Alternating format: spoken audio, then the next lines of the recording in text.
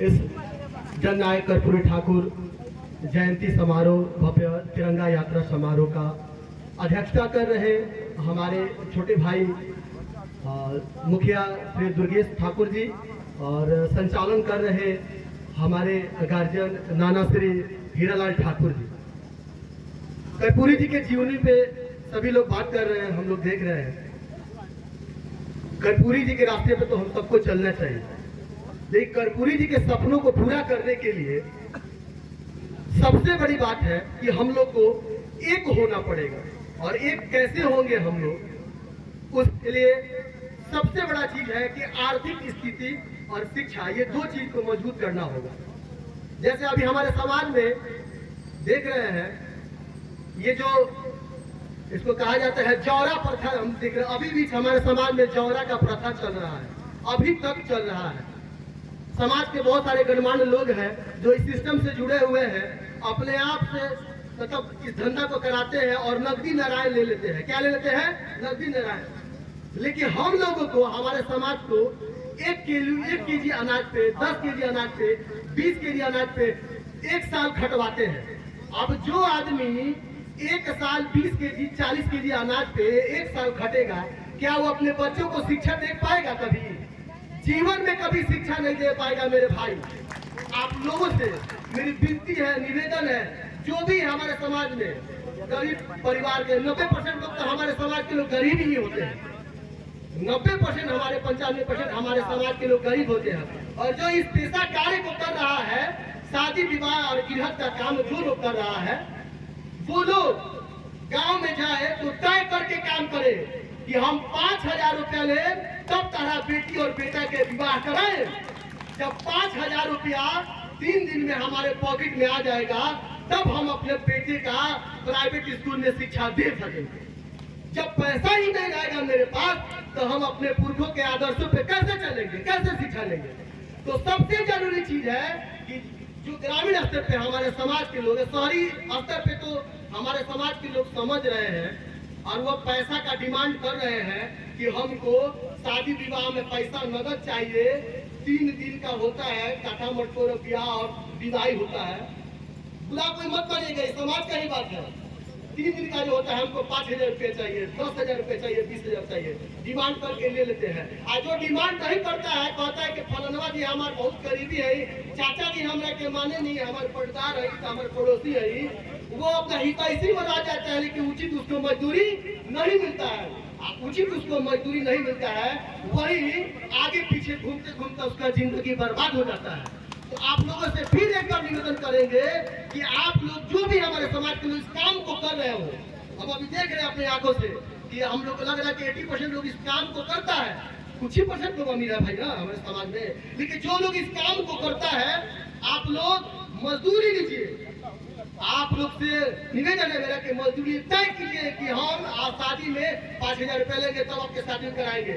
दक्षिणा पे नहीं रहेंगे, दक्षिणा पे नहीं रहेंगे। आज जो मिलेगा ऊपर से वो हमारा रहेगा, लेकिन हम 5000 रुपये लेंगे, 10,000 रुपये लेंगे तब आपका शादी हुआ कराएंगे। तब हमारा आर्थिक स्थिति मजबूत होगा और उसके बाद हमारा बच्चा शिक्षित होगा और समय समय पे उसके स्कूल का फीस हम भर सकेंगे। और वही बच्चा हमारे समाज में जाके हमारे हक और हमारे पुरखों के आवाज को बुलंद कर सकता है। और सबसे बड़ी बात है, हमारे समाज के लोग, कुछ लोग कह रहे थे कि नाई जाति को अनुसूचित जाति में शामिल करना चाहिए। बड़ी अच्छी बात है कि नाई जाति को अनुसूचित जाति में शामिल करना चाहिए। शामिल कौन होता है? हक किसको मिलता है? हक उसी को मिलता है जो शिक्षित, संगठित और मजबूत हो। जो शिक्षित, संगठित और मजबूत हो।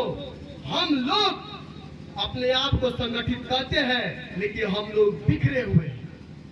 इसलिए बिखरे हुए हैं कि आज अगर हमारे समाज के लोग एकत्र होके और अपने आप को अनुसूचित जनजाति में शामिल करने के लिए कदम उठाए, तो हमारे समाज के लोग कहते हैं कि हम क्षत्रिय कुल से हैं, हम बड़े कुल से हैं, हमको आरक्षण का भीख नहीं चाहिए। लेकिन मैं आपको बता देना चाहता हूँ कि भारत के संविधान रचयिता बाबा भीमराव अंबेडकर ने जो संविधान बनाया, उसी संविधान के बदौलत जननायक कर्पूरी ठाकुर बिहार के मुख्यमंत्री बने। नहीं तो भारत के इतिहास के में आज तक कांग्रेस शासन में कोई पिछड़ा अति पिछड़ा का बेटा मुख्यमंत्री नहीं रहा हुआ है। वो हमारे बाबा साहब अम्बेडकर का देन है और संविधान का देन है कि जननायक कर्पूरी ठाकुर बिहार के एक बार नहीं 2 बार मुख्यमंत्री बने। तो आप कहते हैं कि हमको एससी में शामिल कीजिए, एसटी में शामिल कीजिए, तो उसके लिए आप लोग को लड़ना पड़ेगा। हाल ही में ततवा जाति को एसटी में शामिल कर दिया गया, कानू जाति को और तेली जाति को अति पिछड़ा में शामिल कर दिया है। क्यों शामिल किया गया? ऐसे ही शामिल कर दिया गया। शामिल करने के पीछे राज है, उन लोगों के पास शक्ति है, साधन है, व्यवस्था है, शिक्षा है। हमारे पास क्या है? हमारे लोग अभी अगर किसी मल्लाह का मीटिंग हो तो हजारों की संख्या में फील्ड को भर देता है लोग अपने काम को छोड़ के। लेकिन हमारे समाज में बुरा मत मानिएगा, हम टीका टिप्पणी नहीं कर रहे। हमारे समाज के लोग थोड़ा आने में कतराते हैं। शुरुआत है, अच्छी शुरुआत है और बेहतर शुरुआत है। तो हम बता रहे थे कि उन लोगों को अति पिछड़ा में कैसे शामिल किया गया। माननीय मुख्यमंत्री नीतीश कुमार जब बिहार के दूसरी बार मुख्यमंत्री बने तो उनके सामने दर्शाया गया कि बिहार में जो मजबूत जातियां हैं, सबसे ज्यादा संख्या है वो जाति में कानू और तेली है। उनके सामने बार बार भीड़ दिखाकर, बार बार जनसभा को लगाकर जन सैलाब को दिखाकर और उनको मजबूर कर दिया गया। और नीतीश कुमार इस मजबूरी में, खुशी से नहीं, मजबूरी में आके और उन 2 जातियों को अति पिछड़ा में शामिल कर दिया। इसलिए शामिल कर दिया कि उन्होंने तन मन धन से लगे रहे और साल भर संघर्ष किए और संघर्ष करने के बाद वो अति पिछड़ा में शामिल हो गए। आज देखिए पंचायती राज में जब 50% आरक्षण लागू हुआ तो अति पिछड़ा की सीट पे सबसे ज्यादा, अरे हमारी भूमिका तो है, धीरे धीरे सीख रहे हैं, लेकिन अति पिछड़ा में सबसे ज्यादा सीट पे कब्जा है तो तेली का और कानू का और मल्लाह भाइयों का कब्जा है। क्यों कब्जा है? क्योंकि पास शिक्षा है, ताकत है और संपन्नता है और एकजुटता है। हमारे अंदर क्या है? हमारे समाज के लोग अब देखते हैं इस बात को। हम बहुत बड़े परिवार से नहीं है, अब छोटे परिवार से हैं और अपने पेशावर काम को भी किए हैं। दाढ़ी बनाए हैं, मिट्टी मजदूरी किए हैं, शुगर मिल में जाके 40 रुपए पे मजदूरी किए हैं। आज धीरे धीरे अपने समाज के अगुआ लोगों के सहयोग से, इनके प्यार से, इनके बदौलत पॉलिटिकल पार्टियों के साथ एमपी हो, विधायक हो, एमएलए हो, हमारे अंदर नेतृत्व की क्षमता हो, उनके साथ रह के अपने समाज का सेवा करते हैं। अभी हाल में कर्पूरी विचार मंच के माध्यम से गरीब कन्याओं का शादी हुआ है वाल्मीकि नगर लोकसभा के सांसद सुनील कुमार के माध्यम से, जिसमें हमारी भी समाज के गरीब बेटियों का विवाह हुआ। हमारी भी गरीब समाज बेटियों का विवाह हुआ। हम उसमें चहल कदमी किए। हमारे चाचा श्री थे, भागवत ठाकुर निराला जी थे, हमारे आदरणीय गार्जियन मुंशी ठाकुर जी थे, विजय रंजन भैया भी थे। समाज के जितने सारे अगुआ लोग हैं उन लोग से बहुत सारा स्नेह और प्यार हमको मिलता है। आप लोग से बस यही कहेंगे कि किसी भी मांग को रखने से पहले उसके तह तक जाना पड़ता है। SC/ST का मांग करना ये छोटी बात नहीं है, ये बहुत बड़ी बात है। छोटी बात नहीं है, बहुत बड़ी बात है। इसके लिए अपने भूख प्यास नींद और चैन को छोड़ना पड़ेगा, अपने परिवार को छोड़ के अपने समाज के लिए लड़ना पड़ेगा, पटना से लेकर दिल्ली तक जाना पड़ेगा। यहाँ तो हमारे बगल में कोई आने के लिए तैयार नहीं रहता है और दिल्ली पटना की तो बात की बात है। पटना में कभी कभी मीटिंग होता है तो हम लोग बहुत ज्यादा तो नहीं, लेकिन कभी कभी जाते हैं तो देखते हैं कि संख्या में बल में हम लोग पिछड़ जाते हैं। संख्या बल में क्या होता है? पिछड़ जाते हैं। हमारे युवा वर्ग के बच्चे अभी जो UPSC BPSC की तैयारी जो कर रहे हैं उनको अच्छे से अनुभव है कि रिजर्वेशन का मतलब क्या होता है। हमारे ही समाज के लोग कहते हैं रिजर्वेशन से आरक्षण से क्या हो गई, कुछ हो ही रिजर्वेशन की व्यवस्था नहीं होती। मैं आपको बता देता हूँ रिजर्वेशन का क्या महत्व है। अभी भारत की न्यायपालिका में जुडिशियरी सिस्टम, जिसको जज कहा जाता है, जो सुप्रीम कोर्ट का जो जज होता है उस 100 गो में 90 गो जज, 95 गो जज सवर्ण जातियों से है। कौन सी जातियों से है?